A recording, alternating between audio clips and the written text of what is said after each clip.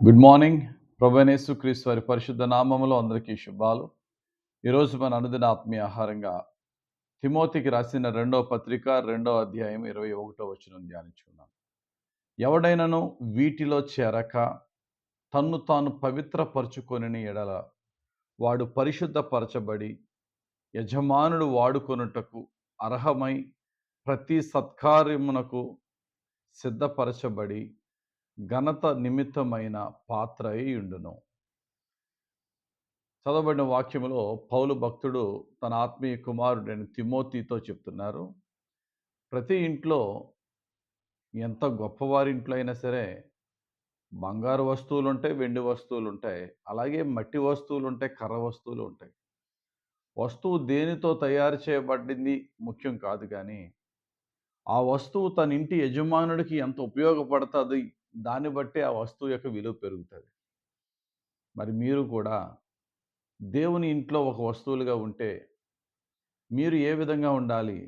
యజమానుడైనటువంటి దేవునికి ఉపయోగకరమైన వస్తువు అయితే నువ్వు బంగారు వస్తువా, వెండి వస్తువా, మట్టి వస్తువా, కర్ర వస్తువా కాదు ప్రశ్న.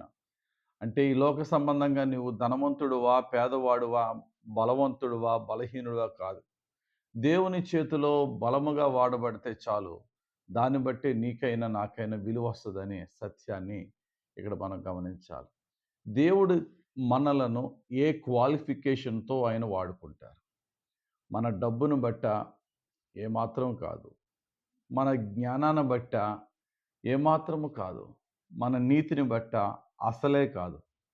నీతిమంతుల్ని, డబ్బున్న వారిని, బలవంతుల్ని, జ్ఞానవంతుల్ని ఎన్నుకోడు దేవుడు. దేన్ని బట్టి?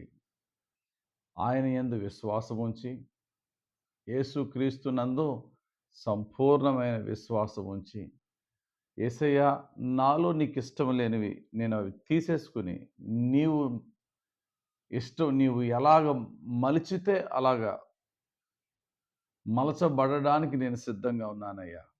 You mould me in your chosen shape. నీకు ఇష్టమైన రూపంలో మార్చుకో. నాలోంచి ఏది తీసేయాలో అది తీసేయి, ఏమి నాలో నింపాలో అది నింపు. నీకు ఇష్టమైన పాత్రగా నన్ను మలుచుకో ప్రభువా, నేను సిద్ధంగా ఉన్నానని యేసుక్రీస్తునందు విశ్వాసం ఉంచి మనము ఆయనకు అప్పగించుకున్నట్లయితే మనలో ఉన్న వాటిని, దేవునికి ఇష్టం లేని వాటిని తీసేస్తే దేవుడు మనలను ఆయనకి ఇష్టమైన పాత్రగాను, ఆయనకు ఉపయోగకరమైన పాత్రగాను వాడుకుంటారు. మహాజ్ఞాని సొలొమోను అంటారు ఈ మాట. సామెతల గ్రంథం 25వ అధ్యాయం 4వ వచనం. వెండిలోని మస్టు తీసివేసిన ఎడల పుటము వేయువాడు పాత్ర ఒకటి సిద్ధపరచును. వెండితో ఒక చక్కటి పాత్ర చేసే ముందు దాన్ని కాల్చి దానిలో ఉన్న మలినాన్ని తీసేసిన తర్వాతే దాన్ని చక్కటి అందమైన తనకిష్టమైన పాత్రగా ఎలాగైతే కంసాలి మలుచుకుంటాడో, దేవుడు కూడా మనల్ని ఆయనకిష్టమైన పాత్రగా మలుచుకునే ముందు మనకిష్టమైన వాటిని తీసేస్తాడు. తీసేసే ప్రాసెస్ ఏంటి? అగ్నితో కాల్చి. అందుకనే పేతురు భక్తుడు అంటారు, పేతురు రాసిన మొదటి పత్రిక 1వ అధ్యాయం 7వ వచనంలో, నశించిపోవు సువర్ణము అగ్ని పరీక్ష వలన శుద్ధపరచబడుచున్నది గదా. అది వెండైనా బంగారమైనా. బంగారము సువర్ణముగా మేలిమి బంగారంగా మలినము లేని విధముగా మార్చాలి అగ్నే.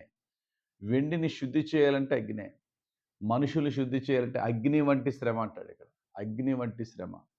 పేతురు భక్తుడు చూడండి, దేవుడు పేతురుని ఎప్పుడు వాడుకున్నాడంటే ఆయనలో ఉన్న పిరికితనము, ఆయనలో ఉన్న భయం అంతటినీ కూడా ఉన్నంతకాలం పేతురు గారు దేవుని చేతిలో వాడబడలేదు.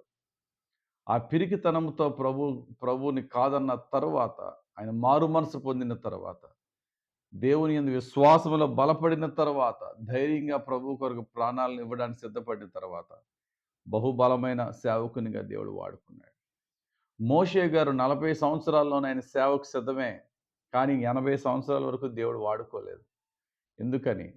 మోషే గారిలో పిరికితనం లేదు, కానీ మోషే గారిలో కోపం, గర్వహంకారం, ఆ ప్రిన్స్లీ ప్రైడ్ ఉంది. రాకుమారుడిగా బ్రతికాడుగా.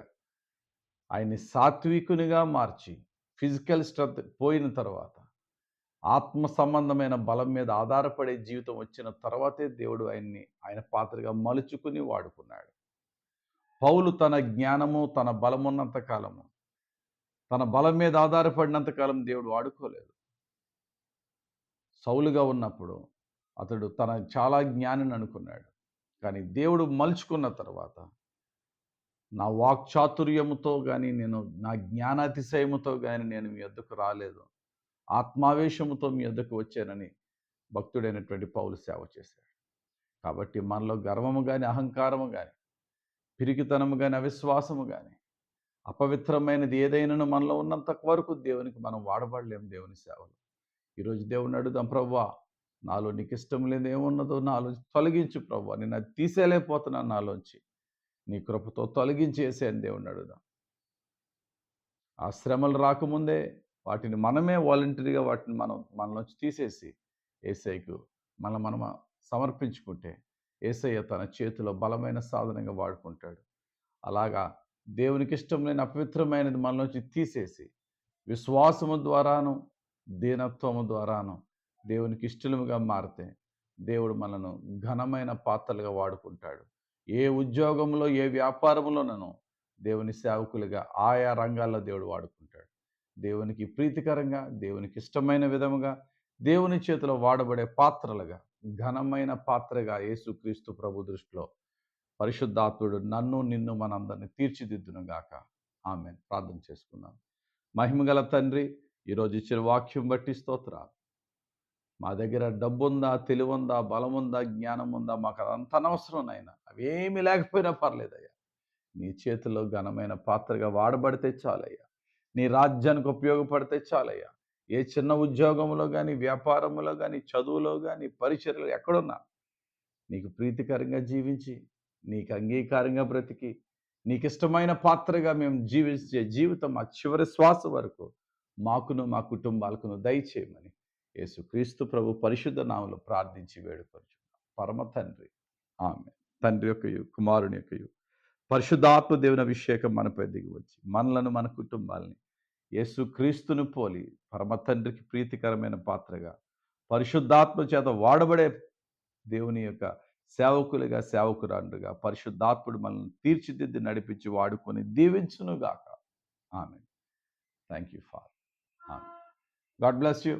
Have a very blessed day.